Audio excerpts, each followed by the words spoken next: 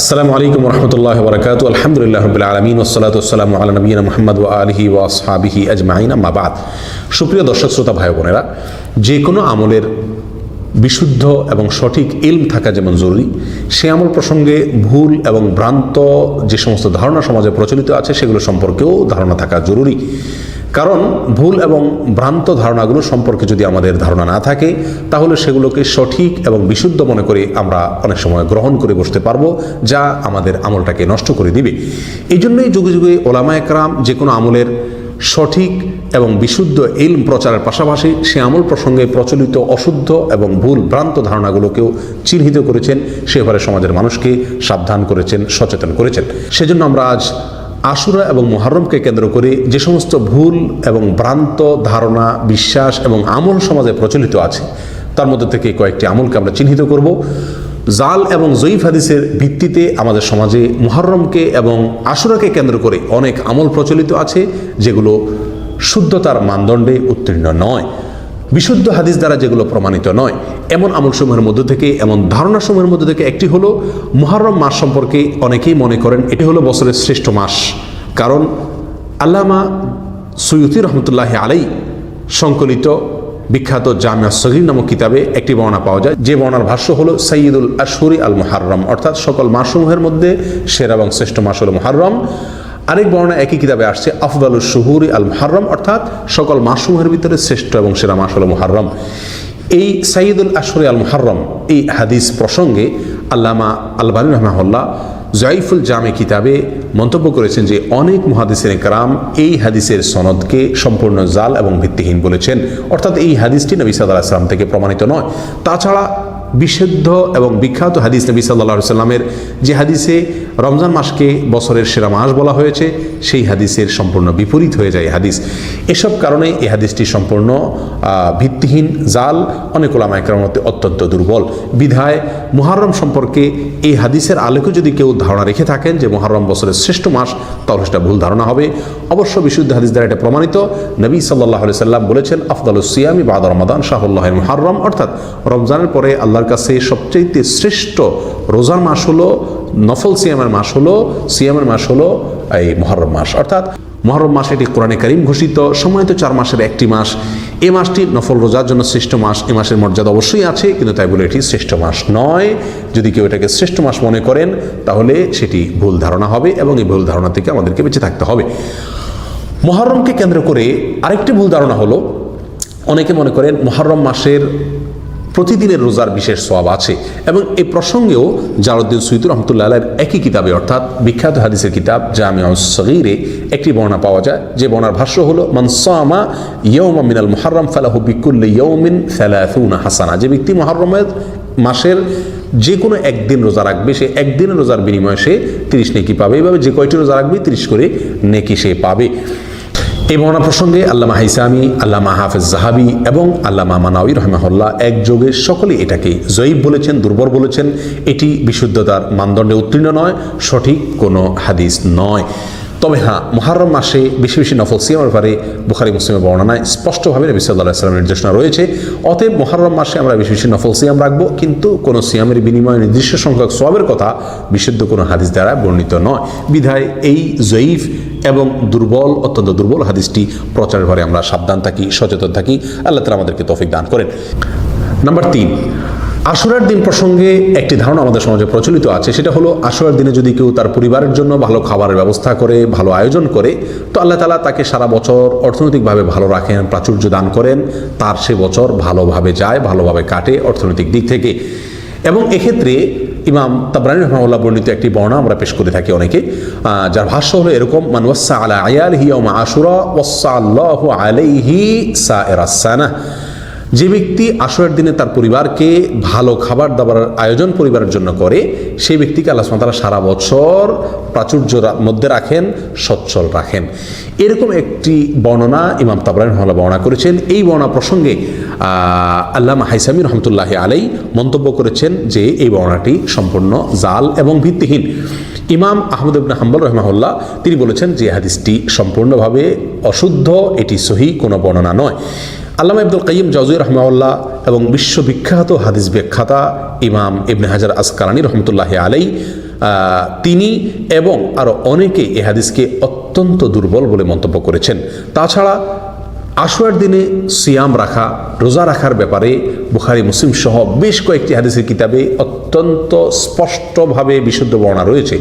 সেখানে সেদিনে পরিবারের জন্য ভালো খাবারের আয়োজন করা, অ্যারেঞ্জ করা এ সংক্রান্ত হাদিস কোনোভাবেই বিশুদ্ধ হওয়ার কথা নয়। বিধায় এই হাদিসটি সম্পূর্ণ একটি সহিহ হাদিসের বিপরীতে দাঁড়ায়। তাছাড়া হাদিসের সনদও অত্যন্ত দুর্বল, বিধায় হাদিসটি গ্রহণযোগ্য নয়, এটি সঠিক ধারণা নয়। আমরা আমাদের এই ধারণাকে কারেকশন করে নিই যে আশুরাকে কেন্দ্র করে পরিবারের জন্য ভালো খাবারের ব্যবস্থা করার যে ধারণা প্রচলিত আছে সেটি সঠিক নয়। যে হাদিস বর্ণিত আছে সেটি বিশুদ্ধতার মানদণ্ডে উত্তীর্ণ নয়। নাম্বার 4, আশুরার দিনে গোসল করা এবং চোখে সুরমা লাগানোর ফজিলত আমরা অনেকে বর্ণনা করে থাকি এবং এ প্রসঙ্গে একটা বর্ণনা পেশ করা হয়ে থাকে, যার ভাষ্য হলো মান ইকতাসালা ইয়াউমা আশুরা লাম ইয়ামরুদ যালিকাল ইয়াম ওয়া মান ইকতাহালা ইয়াউমা আশুরা লাম ইয়ারমাদ যালিকাল আম।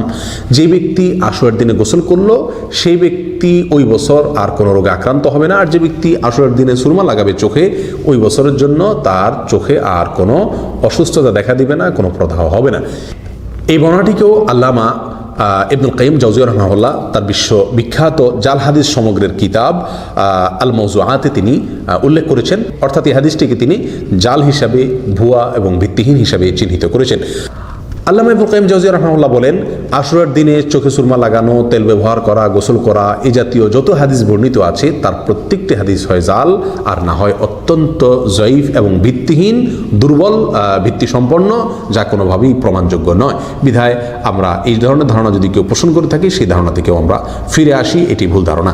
নাম্বার 5, যুগে যুগে বিভিন্ন নবী রাসূলগণ এই আশুরার দিনে মুক্তি পেয়েছেন, এরকম একটা ধারণাও আমাদের সমাজে মোটামুটি প্রচলিত আছে এবং ওয়াজের মাহফিলগুলোতে আমরা অনেকেই শুনে থাকি, মসজিদের মেম্বরগুলোতেও অনেক বেশি পরিমাণে শোনা যায়। বাস্তবে 2-4টি ঘটনা ইতিহাসে ঘটেছে যেটি সহিহ হাদিস দ্বারা প্রমাণিত আশুরার দিনে।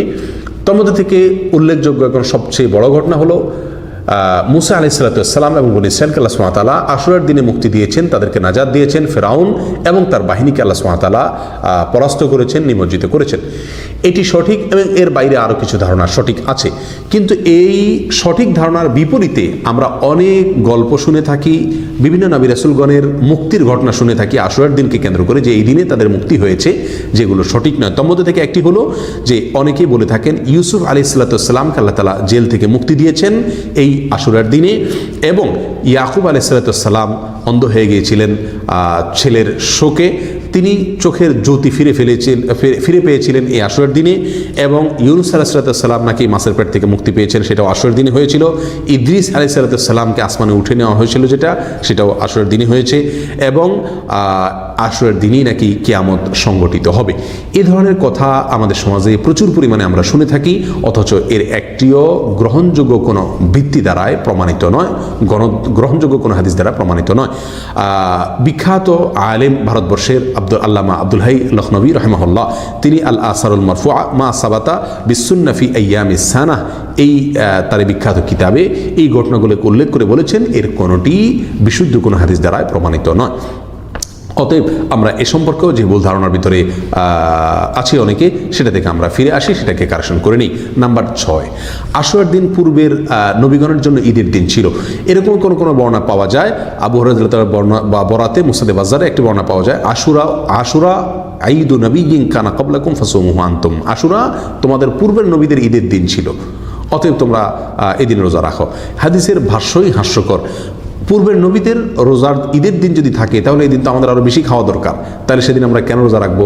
বিধায় এই হাদিসটিও আসলে সহি নয়, বিশুদ্ধ নয়। এই হাদিসকে মুহাদ্দিসিনে কেরাম জয়ীফ বলেছেন এবং এর একাধিক বর্ণনাকারী আছেন যাদেরকে মুহাদ্দিসিনে কেরাম দুর্বল বলে আখ্যায়িত করেছেন, মন্তব্য করেছেন, চিহ্নিত করেছেন। বিধায় এই হাদিসটিও সহি নয়।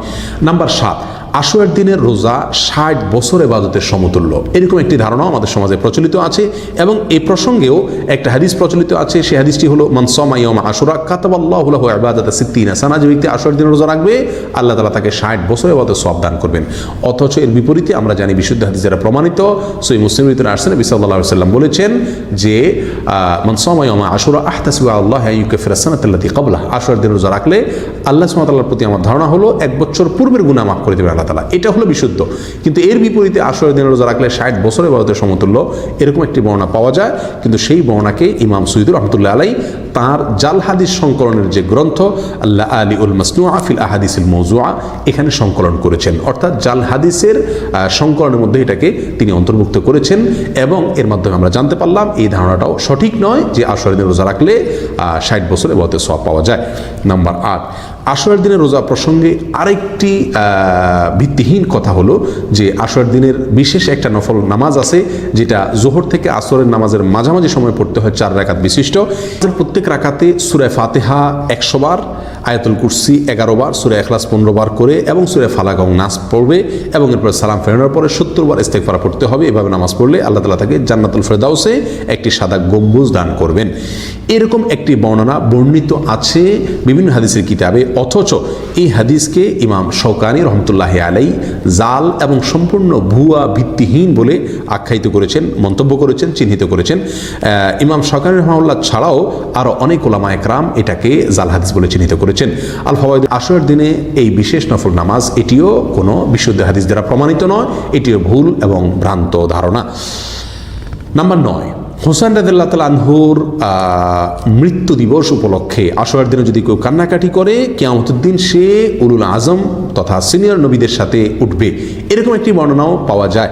এই বর্ণনাকেও ইমাম শওকানী রাহমাহুল্লাহ জাল এবং সম্পূর্ণ ভিত্তিহীন বলেছেন, এবং তিনি বলেছেন এটি শিয়া রাফেজিদের বানানো বর্ণনা, যার কোনো ভিত্তিই খুঁজে পাওয়া যায় না। অথচ অনেকের মাঝে এটা প্রচলিত আছে এবং অনেকে এটাকে সঠিক বলে ধারণা করেন।